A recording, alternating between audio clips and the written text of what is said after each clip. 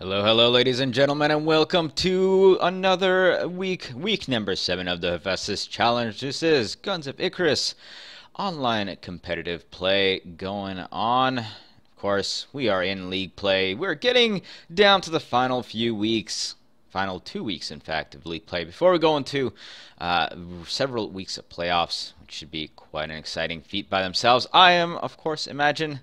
Thank you for joining me today, everyone. Unfortunately, I do not have a co-caster today, as Sir Morty, my usual co-caster, has not been around today. I do hope he's doing well and nothing bad happened to him, but you will be just hearing me solo. So I hope you like the sound of my voice because it's what you're going to hear the entire day. Yes, yes, of course. All right, so see what do we have on tap today. In our first match, we've got the Bully Boys Blackfight Squadron versus Sacrilege. Second match will be the Art of Warfare versus the Merry Men. On our third match, the absolute marquee matchup, one of probably the highest ranked team matchup that we've had, will be the Holy Roman Army versus Cake to round out the day, and that should be an amazing match to finish today. So many implications for seedings and basically anything else you can think of. If Cake loses, they can even possibly not make it to the gold playoffs. If Holy Roman Army loses, they lose their first match, and oh man, it's just. I was on Mini yesterday with Oracle, and we're going through all the scenarios, and there's just it can devolve into absolute chaos this week. But before we get to that, we have the Bully Boys facing up against Sacrilege, and I think both of these teams have shown to have struggled a little bit this league play. We have the Bully Boys who finally managed to break through and win their first match last week versus the Art of Warfare. And then we have Sacrilege, who historically has been a pretty good team, but I feel like they've been underperforming a little bit. We can kind of say that, I do agree with a few sentiments that they've been a little bit unfortunate in in league play with some disconnects, with running out the clock in one of the matches. So I think they're a better team than their 2-3 record indicates, and possibly Bully Boys being better than the 1-4 record indicates. So both of these teams could definitely do better, and I think they both will really want to show that off today. The fact that they are two really strong teams. They know what they're doing, they know how to go about playing, and so we should see a pretty good game today from these two. Of course, they are also vying for Silver League playoff seedings. So if Sacrilege wins, they even up their record. But if the Blackfight Squadron can pull out with a victory, they can get back into it and be actually tied with Sacrilege in record-wise for that seeding for the slots. And it's really important, guys. The less games that you have to play in a playoffs, the less games that you have to play in general, the easier it is to move on to the next section. So you really want to be seeded as high as you can, even if you're in the lower bracket of playoffs, because as for any of you who don't know, the top two players from each the top two teams from each division will move into the gold playoffs, and the two teams from the silver playoffs, which will be all the rest of the teams, will move on to go into the gold playoffs as well. It's a little bit of a complicated maneuver, but it's kind of like going through a loser's bracket to get back into the winner's bracket. So we are going to be on Battle on the Dunes here, and this is probably going to make for some longer range ship battles. Of course, we should be getting going in about a minute or so. As you can see, Puppy, well, I can see, you cannot because you cannot see chat, but Puppy Fur already counting down the minutes. It looks like we are going to have a Pyramidion Junker versus double Mobula, and this is not an uncommon build for Battle on the Dunes. In fact, I believe we saw this double Mobula build from Sacrilege in their game against Cake. I think that was week 2, maybe 3, one of those 2 weeks, when they actually lost because Cake got a second kill late in the match. Of course, we do have a 30-minute time limit. It's hard straight 30-minute time limit. Once the 30 minutes are up, you're done. Cake managed to get a kill late, and Sacrilege was not able to chase down the Cake team in time. But we are going to get into our first match between Blackfire Squadron and Sacrilege. And once again, Battle in Dunes, one of the most open maps that we have in the pool, if not the most open map. There's not a whole lot of cover to hide behind. There's maybe 2 to 3 structures you can really get behind and try to avoid damage. You, of course, have a dust cloud that does roll through, which you usually start out with as a spectator. But let's get a rundown of ships quickly here on the Bully Boys side. We've got the Kusanagi that is captained by Brig Hardcastle. It has double Artemis one side with another Artemis up front and a Gatling mortar on the other. And on the Furigori Mark II, that is Gilder Unfettered's ship. He's got double Merc fronts with a carronade and a flamethrower on the side. And on the Sacrilege team, on the Hurricane Walter, we've got Tropo piloting a Mobula that has, we've got double flak on the lower deck, a Mercury up top, and supporting guns of an Artemis and another Artemis on the 2 wings. And on the Matre, whatever you want to call it, Cassis Krios' ship, they also have double flak bottoms with a Merc up top and double Artemis on the wings. So mirror ships here from the Sacrilege team. They've got a little bit of a long range top and wings, and then a little bit of explosive damage to try to finish stuff off once they get closer. Although you can say that the Mercuries will way, and I mean way outrange the light flaks. So the 2 teams will definitely have to pull closer to each other in order for those light flaks to make any sort of difference. It is interesting that they did decide to take double light flak. Maybe you would want to pair one of those light flaks with the Hades or something to get a little bit more piercing going on. But of course, the Mercury can do quite a lot of piercing damage by itself. And so we've got a lot of fire going on, even though there's actually, finally there's a couple of spots now on the blue team. We had actually no spots on, but I mean, as you can see, you can look from one side of the map without a problem, and you can see where those ships are without any spots. Spots will of course help you to get a few of those markers going on, but this is kind of what happens on this map. Is because it's so open, the 2 teams will take longer range builds and then just kind of sit around taking pot shots at each other, and eventually one of the teams will probably get a little bit fed up and try to move on forth. And we might see them going into the ribs on this side over here, try to approach a little bit closer to there, maybe close a little bit of a distance. Or all the way on the other side of the map, you have the, whatever you want to call it. It's Juggernaut, Leviathan, the Not Juggernaut. It's been given many names, but this is also the other big, debris that you can hide behind, block shots if you need to. And you actually also see a lot of hiding behind this particular engine out here. You can get behind it right about here and right about here to avoid shots that are coming at you from directions that are either from here or from here. And those are 2 approaches that you see the red team take quite often to close in on the blue team. We see a lot of fights devolve into there. Don't see that many around the battleship, but of course these 2 Sacrilege ships have now decided to camp themselves out here. Now, I will say that a lot of teams do not really like this long-range snippings. It's not exactly the most fun that you can have in the game, but it is very effective. And in Dunes, if you're going to want to approach, you have to make use of these clouds that roll by.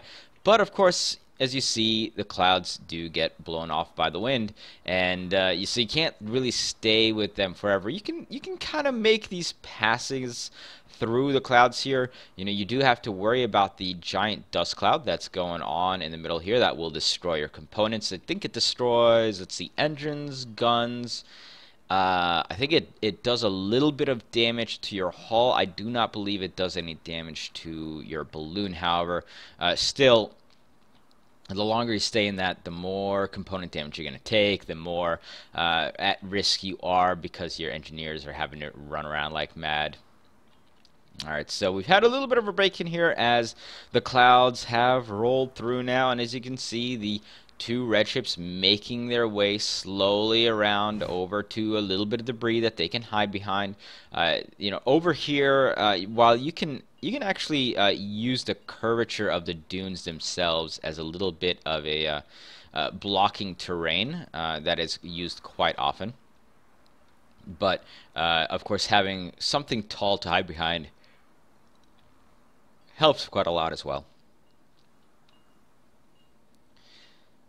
Now, back in the day when we didn't have a time limit, we'd actually have these like long 2-hour matches. I'm sure some of you remember that in chat. We've had a history of incredibly long and drawn out sniping matches, which is part of the reason why eventually the community itself just kind of decided, hey, okay, you know what? Us playing it don't really enjoy it all that much. The viewers don't really enjoy that all that much. So why don't we, make sure that we squeeze that down just a little bit? So we did. And there's been a lot of permeations of different time restraints that have gone on, whether it's, a soft time limit with an overtime, depending on, certain constraints. You have the community skirmish, which is 15 minutes, but gets, I think, every kill adds 3 minutes. So there's a lot of variations. The league here has chosen a 30-minute hard limit. Whoever is ahead after 30 minutes will win the match. And I want to say we've only run into that once, maybe twice. I don't quite recall. I know that on Anvil Division we ran into it once, and that was with Sacrilege and Cake on this very map. We were actually discussing that a little bit on Metamedian on how Cake managed to pull that one out. So I know that we ran into the timer there. Actually I think we've run into it a few times. Now that I think about it, I think there was an Art of Warfare match that we ran into it as well. So we have hit the 30-minute time limit a few times. Hasn't ever resulted in a tie, though. There hasn't been a tie so far. Alright, so finally getting some shots going down here. Furigori is getting focused. Mitch has actually taken a decent amount of hull damage there, and Balloon actually was going down as well. Looks like they may have been using... Oh, Matri is actually losing his armor here. Getting that double Merc shot into the hull of the Mobula will actually do a fair amount of damage. It's really interesting. Double Merc is something generally I would not suggest taking. But against the Mobula, they're actually quite effective. Let's see, what are they taking for them? Okay, they are taking double charged rounds for those Mercury field cannons, and that is really deadly actually against Mobulas. Mobulas aren't the most sturdy of ships. Once that you get that hull armor down, and even doesn't have a whole lot of hull, you can continue peppering that, and charge shots from Mercs will eventually whittle those Mobulas down. I've seen this happen many times on these long-range sniping matches where someone is, thinking, okay, guys, we've got a long-range sniping coming up. What ship has the most guns that face straight forward? Just most fire possibility. Well, in this case, it's going to be the Mobula. You have all 5 guns facing forward. There's a little bit of a tilt in them, so you might have to swing the sides of the Mobula around. As you can see here, you've got the sides actually out on the side, but you can always swing it around, and you can always have just guns that have decent turning radiuses like the Artemis. It's a slow turn, but you do have quite a lot of horizontal movement with it, so you can really face it towards wherever you want. And so if you can get 3, 4, 5 different guns facing forward, the more variety you can get with that, the better. And so of course, it makes sense to take these modulas as your long-range ships. But because of that, they are also, at least I'm hoping because of that, they are also not the most sturdy of ships. You can destroy a mobula really easily if you get a nice ram on it, especially if you get one of those rams where you're just continually ramming into a ship. It will actually just wreck somebody's day, but it does take a little bit of a skill to hit them, because as you can see, the profile of these mobulas, they're kind of thin. You know, you have a lot of room where you can miss above or below, and that's often where you will miss with a mercury field gun. The point here that I was trying to make, by the way, is that the double mercury field guns, while it's going to strip armor really, really quickly, if any ship really that you can think of, putting double mercury shots into any ship, armor is going to be up and down like crazy. But with a mobula, if you can connect with shots after the hull is down, before it's rebuilt, with those charge shots, which deals extra damage, you can actually start destroying mobula, armor. You get the armor down with the mercuries, and you can start destroying the hull quite rapidly with double mercuries. Just try it, especially if you can have 2 ships with double mercuries. So if you have 4 mercuries going on at once, you can wreck a mobula pretty rapidly just with those guns alone.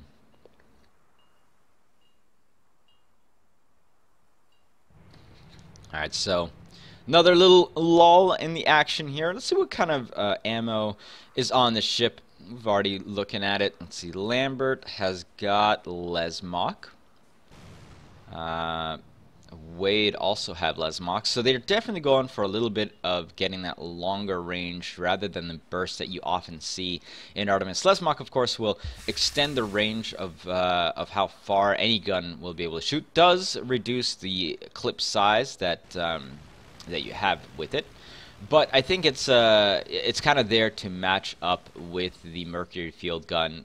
Charge being taken for that as well. Charge is kind of the default ammo, I think, for the most part for mercury field guns. You often see burst used on Artemis just because it's an explosive type of weapon, and if you put burst on it, it will kind of ricochet to other components and deal more damage. And especially when you're facing against a ship like the Kusanagi, you have a lot of components that are really, really close together. That's sort of the upside and downside of a junker all at once. You know, it's a really slim hull, kind of hard to hit, but a burst Artemis can wreak a lot of havoc because everything basically is so compact next to each other. You know, you have these 2 guns right here. You have the engines right above that. You have the another engine right down here. You know, you have the guns on the other side. So you can do a lot of disabling with a single burst Artemis if you can hit in the right place. Of course, provided that you hit in the right place. But what the Matri is going here for is a little bit longer range. You know, they want to be as far back out as you possibly can. The mercury field gun, it has the longest range gun. I think, somebody correct me if I'm wrong on this, but it's either the longest range, or I know it's the longest range light gun. I think the Lumberjack and Heavy Flak might have something to say about that, but I believe just overall it's the longest range gun. Because of that, the other ammo that these side gunners, side engineers are going to be taking is Lesmok to kind of be able to keep up with the Mercury length. I still think the Mercury is going to be able to fire longer, but you know, you can definitely be at longer ranges for the side Artemis.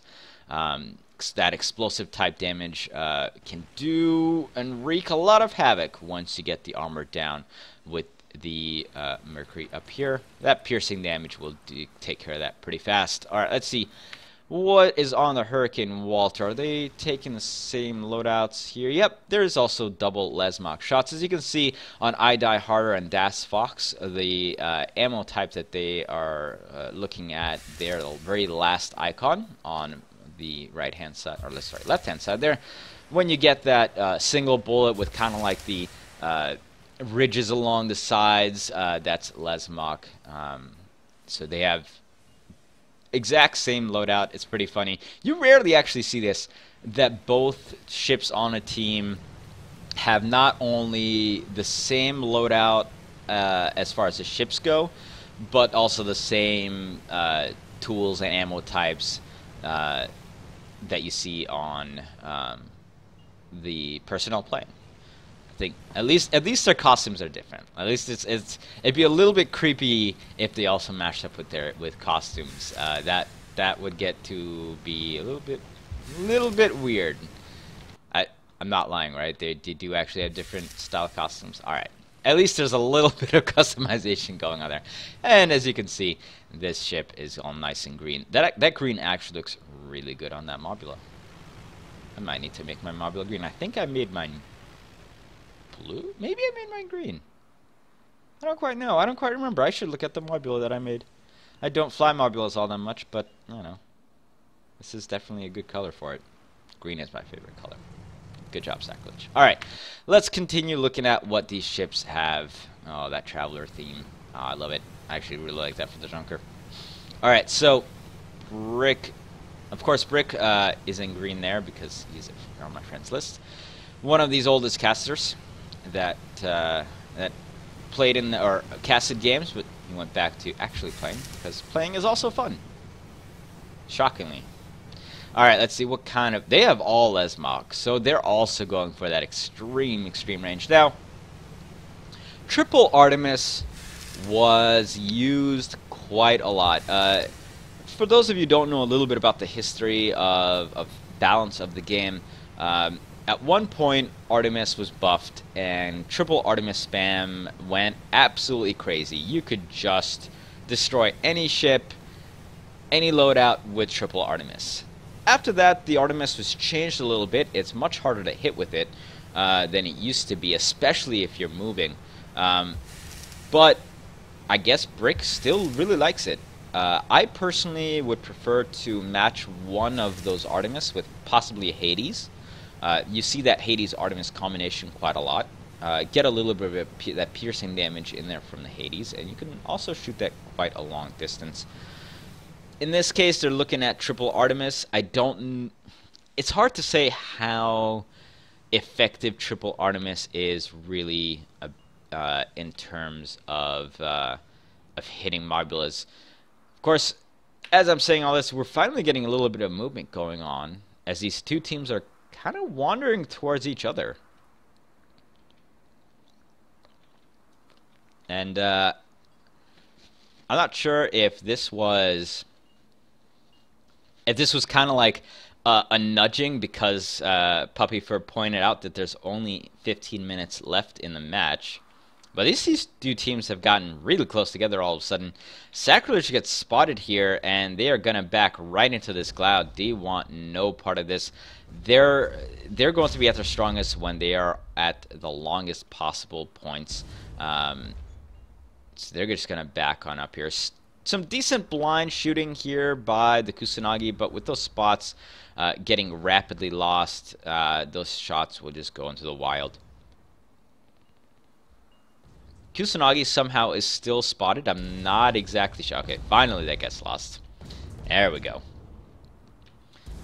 And so you're getting a little bit of pot shots going on here and there. I don't think really much of anything connecting.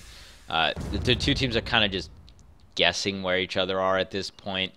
Without spots, of course, it gets exceedingly hard to figure out who to shoot because, as you can imagine, I just made myself into a pun. But as if you can imagine, shooting into just a cloud and hoping to hit something, not going to have much success with it. All right, so let's continue to take a look at this ship. Of course, Brick also did take that Gatling mortar on that other side, and this is what makes the Junker a very, very effective ship. You can get a long-range loadout like the, Triple Artemis, even Hades Artemis, whatever it is you want to use. You can get a long side loadout, and then you can get a short side loadout, which is this Gatling mortar. If somebody finally manages to catch up to you, or you manage to get next to somebody with a Junker, you can always just flip yourself around, fairly good turning radius, pretty fast turning, especially if you can get that chicken claw going on. Of course, which does not have that. I don't think Brick was expecting to need to flip this ship side around that quickly. Drinkers have pretty good turning radius anyway, so not that big of a worry. But the point is, if they can get next to those mobulas of the Sacrilege team, this Junker can flip around and just absolutely destroy them with that Gatling and mortar combination that you see pretty much everywhere in the game. Furigori, of course, as we have taken a look at before, has the double Mercury cannons up front, using that charged rounds in them. We discussed that a little bit earlier. Most likely the go-to type of ammo for Mercury rounds. I have seen some heat sink use as well, just to get an extra shot in there. It lengthens the clip. As you can see, a few shots going on back and forth here, but it looks like even with Leslavok, that Artemis is just too far away, so it was exploding before it hits the Furigori quite a lot before now, as it looks like those two blue ships are backing up. Furigori is getting some shots off and hits down over there on the Matri, it looks like. And I think Kusanagi is keeping that spot up. Let's take a quick look at what's going on, as Furigori has lost an engine, but Matri is taking a little bit more of that damage, and Hall gets lit on fire there. They should be able to put that out without too much of a problem. Single stack of fire not going to do too much damage, but that continual fire coming in, and Matri is definitely getting swatted at here. Has lost an engine. Let's see, it looks like... Oh no, it's one engine that's really hurt. I'm not quite sure which one that is, though. It's actually hard to tell. Usually you have, like, dust coming off of that by now, but it's weird. No graphical representation of which one was hurt. Still, a lot of long-range firing going on once more. You get that openness.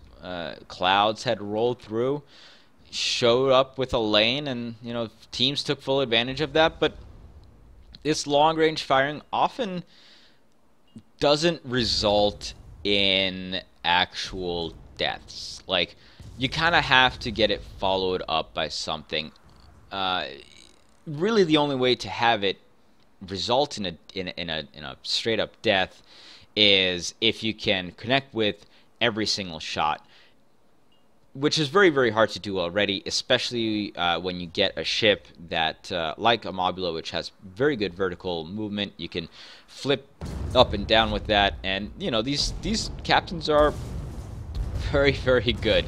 They will not just sit around and let themselves be peppered continually. They will take evasive maneuvers. They know kind of how they have to evade certain guns, and so here you go. You got the Matri. You got Cassis Krios avoiding all that fire coming in, and allows their engineers to get everything repaired on back up. Yeah, they took a lot of fire towards them, but no permanent damage was done, and that is the name of this game. That second bar down below the name of the ship, you got the little hull symbol next to it. You got the top bar, which is the armor, and the hull right below it, and also what the blue and red bars on the screen indicate. You need that one to start going down, otherwise you're not going to get any kills. And it's going to be quite interesting to see what happens here in the last 2 to 3 minutes, as I think both teams are going to want to get into that one kill. They just need that one kill. Oh man. It's going to be rather interesting if that's what it comes down to. Sacrilege getting into yet another Dunes match here. Now, Furigori is getting some of their guns knocked out, but it looks like it's just their side guns. Yep, there you go, those two side guns spewing out smoke, indicating that they are in fact dead. Of course, the really important part in a Pyramidion is those two front guns, and if you can keep those up, that's generally all you'll need. You'll maybe see the engineer on this ship eventually, once nothing is getting shot at and they're just kind of floating out. Maybe he'll repair those guns on the side at some point. One of those front Mercuries did get knocked out there. That gets brought back up almost immediately. You definitely need those front guns up. However, Pyramidion with no front guns is usually not going to do very well. Pyramids you can still use to ram stuff with quite effectively, but at this ranges, with this much ground to cover, if that Furigori was to try to charge on ahead, it'd get clobbered. I mean, they just get absolutely destroyed. Even if he's got those front two Mercury guns firing off, the chances of him living is very, very slim. And we're getting more and more to the point now in this match where any death could be the death that decides it. And as we mentioned before, earlier on this match, and by we, I refer to only myself because, as you can tell, guys, I am the only one casting today. Hopefully Sir Morty is okay.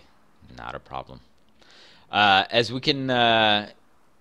Jeez, now I completely lost my train of thought of what I was going to say. Oh, yes, right. So these two teams at this point are fighting for Silver League seeds. The way that the entire playoff system will go here is you get the top two teams of each division seeded into the Gold League playoffs, which is what will eventually determine the champion.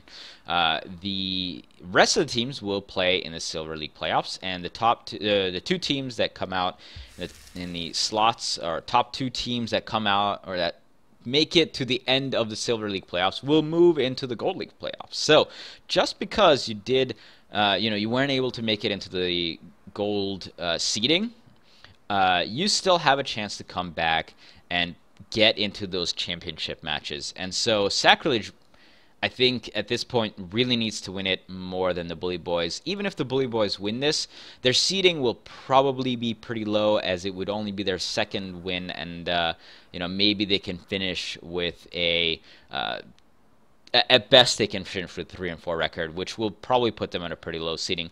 However, if Sacrilege wins out the rest of their matches, they can finish with a 4-3 record, which will probably put them at a higher seeding in the silver playoffs. Seeding here matters because the lower seeded you are, the more games you have to play, and this is all best of ones, guys. I think even the playoffs is going to be best of ones. Somebody can correct me if I'm wrong on that, but I believe even the playoffs will be best of ones. And when it's best of one, anything can happen.